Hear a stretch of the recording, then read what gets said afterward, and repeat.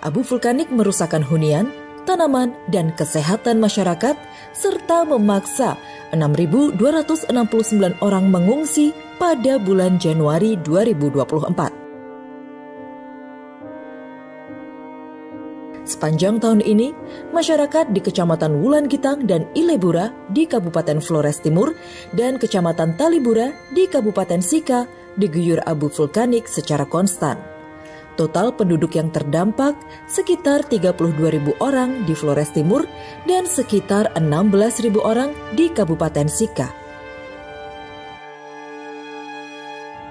Tragedi ini memuncak pada dini hari 4 November 2024. Ketika Gunung Lewotobi laki-laki tidak hanya memuntahkan lahar dan abu, tetapi juga melontarkan ribuan bom lava ke wilayah sekitarnya sejauh 7 km. Letusan itu sangat menghancurkan. 9 orang meninggal dunia dalam waktu sekejap dan ribuan orang terpaksa meninggalkan rumah mereka tanpa tahu kapan bisa kembali. Kepanikan dan kesedihan terasa di setiap sudut.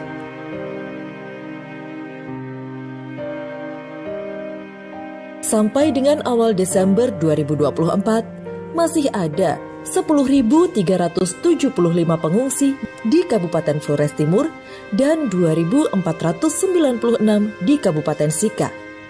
Yang terhitung dalam jumlah ini adalah pengungsi di tenda-tenda pengungsian yang dikelola pemerintah. Masih banyak lagi pengungsi mandiri. Hal ini sangat kontroversial dengan liputan yang diambil Floresa.co pada tanggal 21 Desember 2024, di mana saat para pengungsi dalam keadaan susah, tetapi pemerintah setempat malah asyik membeli beberapa mobil dinas mewah. Pengungsi erupsi Lewotobi laki-laki kesusahan, 5 pejabat Flores Timur beli mobil baru senilai 3,12 miliar rupiah. Para penyintas mengkritisi pembelian mobil tersebut dan menuntut pelayanan maksimal terhadap mereka yang hingga kini masih berada di pengungsian.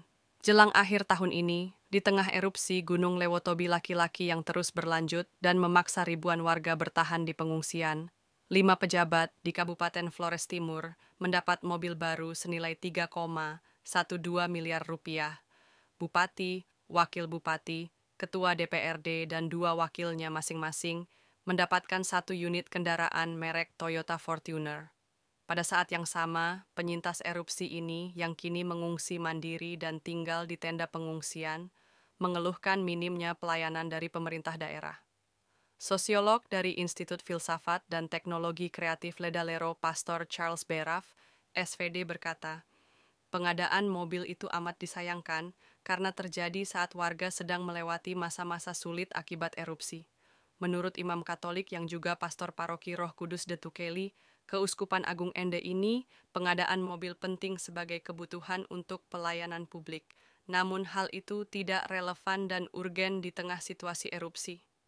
Dari mana-mana simpati dan empati datang untuk para penyintas, tetapi Pemda Flotim tidak cukup peka, kata Pastor Charles, yang beberapa waktu lalu ikut menggerakkan umat parokinya membawa bantuan untuk pengungsi.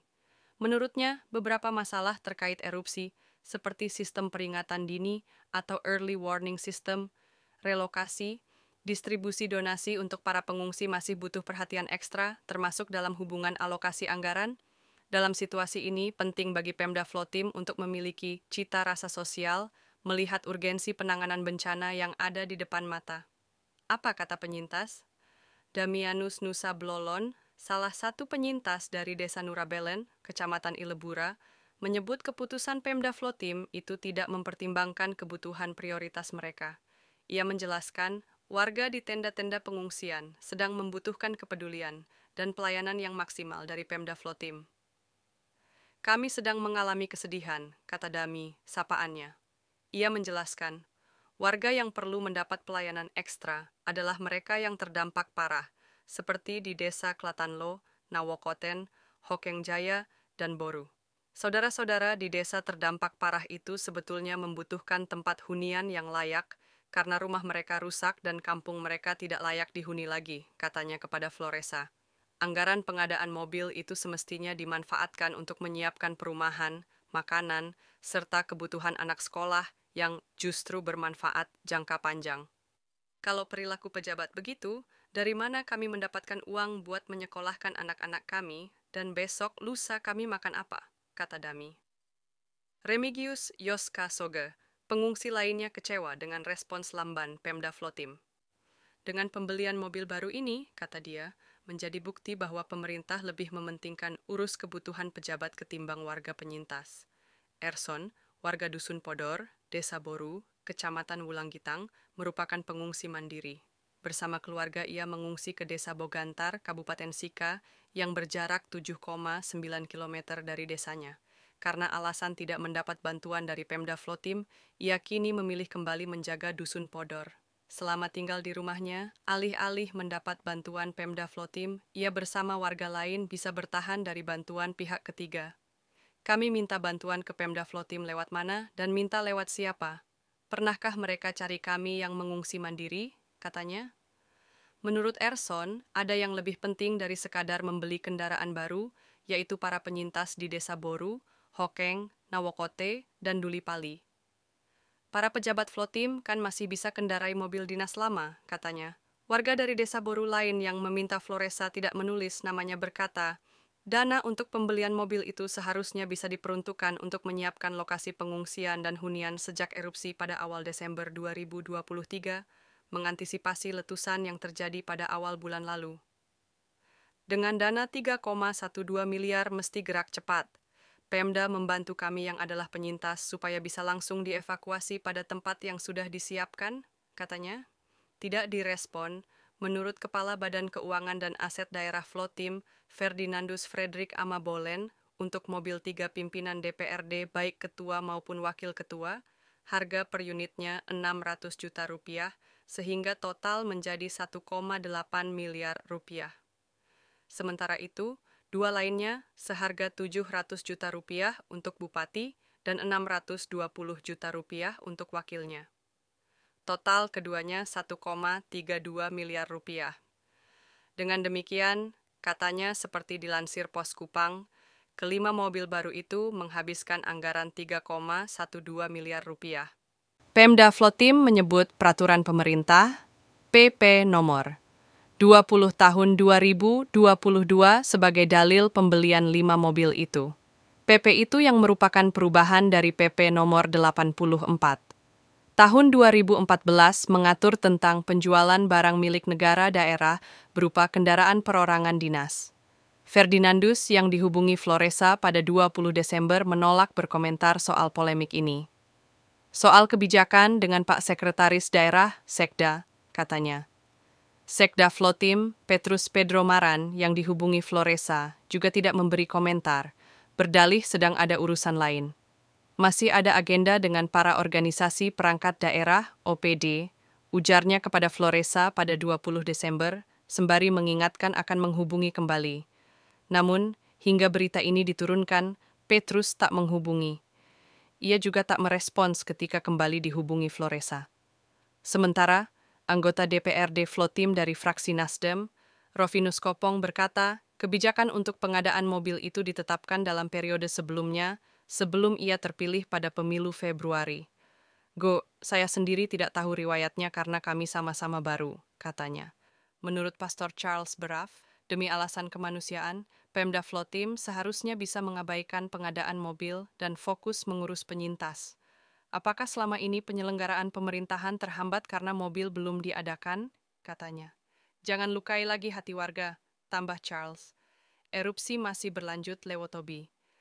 Laki-laki mengalami erupsi elusif pertama pada 3 November, yang menewaskan 9 orang dan memaksa belasan ribu warga mengungsi. Erupsi susulan masih terus berlanjut setelahnya, yang membuatnya masih berada pada level tertinggi, awas.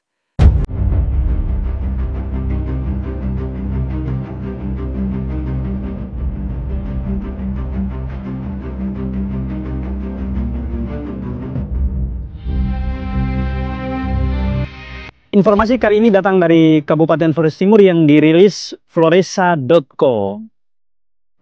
Pengungsi erupsi Lewotobi laki-laki kesusahan, 5 pejabat Flores Timur beli mobil baru senilai 3,12 miliar rupiah. Wow. Saya tidak tahu mau bilang apa ini teman-teman.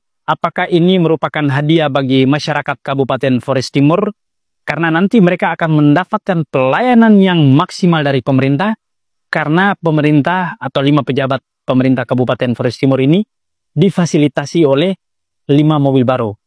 Jadi pengadaan 5 mobil baru ini untuk meningkatkan kinerja pemerintah yang nanti akan berdampak pada optimalisasi pelayanan untuk masyarakat Kabupaten Flores Timur. Atau ini merupakan sebuah ironi di akhir tahun, di mana pemerintah membeli 5 mobil dinas baru senilai 3,12 miliar rupiah ini di tengah penderitaan masyarakat pengungsi erupsi Gunung Lewotobi laki-laki.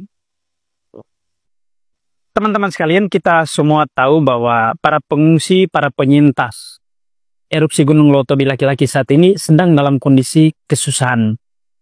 Mereka tersebar di banyak posko pengungsian, ada di Bokang, Kobasoma, di Konga, Lewolaga, di Gerong, dan juga banyak pengungsi mandiri yang tersebar di beberapa desa lainnya di Kabupaten Flores Timur. Terakhir kemarin juga kita melihat ya, teman-teman dari maksud saya pemerintah Kabupaten Flores Timur juga membuat kebijakan untuk memulangkan pengungsi dari 5 desa yang menurut pemerintah berada di luar zona merah erupsi gunung api. Dan ketika para pengungsi dari 5 desa ini dipulangkan, rumah mereka itu sedang dalam kondisi rusak parah.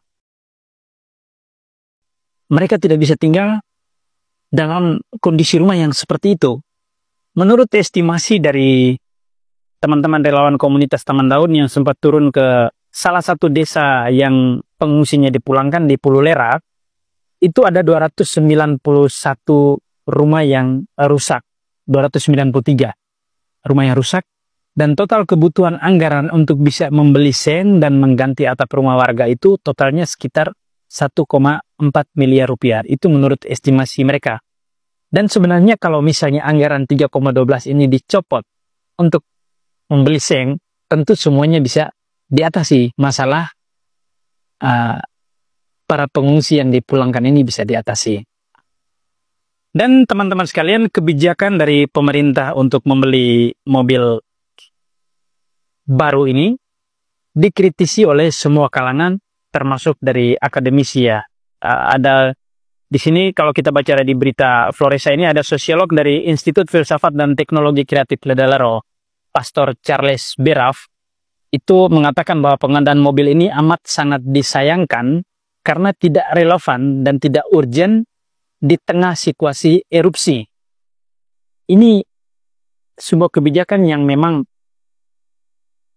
tidak bisa diterima oleh semua orang, apapun alasan pemerintah, karena kita sedang dalam kondisi yang luar biasa, sedang dalam kondisi bencana. Dan menurut Pastor Charles Beraf ini, banyak masalah terkait erupsi seperti sistem peringatan dini, relokasi, distribusi donasi, dan juga para pengungsi itu sebenarnya masih butuh perhatian ekstra. Lalu bagaimana tanggapan pemerintah? Kita coba lihat sama-sama nih. Ini dari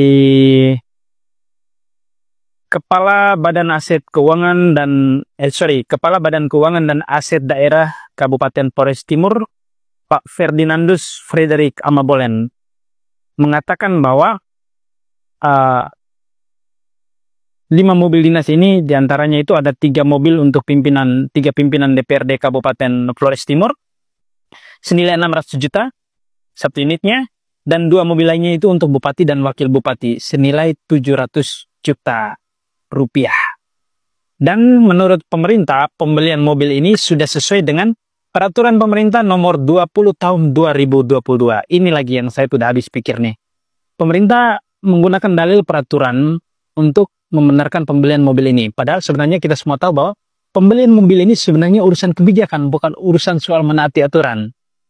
Jadi sebenarnya aturan itu kan dibuat untuk mengontrol kebijakan dan juga pelaksanaan kebijakan yang diambil oleh pemerintah. Bukan pemerintah mengikuti aturan. Jadi pembelian mobil dinas ini sebenarnya tidak wajib. Hanya kalau misalnya dibeli ya dia sesuai dengan aturan ini. Artinya bahwa kebijakan itu menjadi pokok masalah dari persoalan ini atau intisari dari persoalan ini. Bagaimana kebijakan itu harus berpatokan pada goodwill dari pemerintah, niat baik dari pemerintah, dan juga kepekaan sosial, kepekaan terhadap masyarakat, itu yang menjadi dasar dari kebijakan. Nah, kebijakan ini yang nanti akan di-backup dengan aturan ini. Artinya bahwa tidak bertentangan dengan regulasi. Jadi pemerintah salah kaprah di sini. Lalu yang berikut, kita lihat tanggapan dari anggota DPRD Kabupaten Flores Timur yang baru dilantik beberapa waktu lalu, Pak Rovin Kopong dari fraksi Nasdem ya. Ini beliau mengatakan bahwa kebijakan untuk pengadaan mobil itu ditetapkan dalam periode sebelumnya, sebelum mereka terpilih pada pemilu di bulan Februari. Ini beliau bilang, saya sendiri tidak tahu riwayatnya karena kami sama-sama baru. Kalau misalnya DPRD menjawab seperti ini, apapun terjadi bahwa kebijakan pembelian mobil ini kan di tahun anggaran 2024. DPRD dilantik di tahun yang sama, di pertengahan tahun 2024.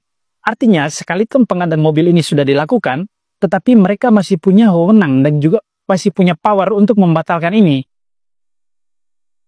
Bisa melalui mekanisme perubahan anggaran. Atau juga, kalau belajar dari pengalaman pemerintah di penanganan pandemi COVID-19, itu pemerintah pusat menginstruksikan semua pemerintah di semua tingkatan dari desa sampai ke pusat untuk melakukan refocusing dan realokasi anggaran.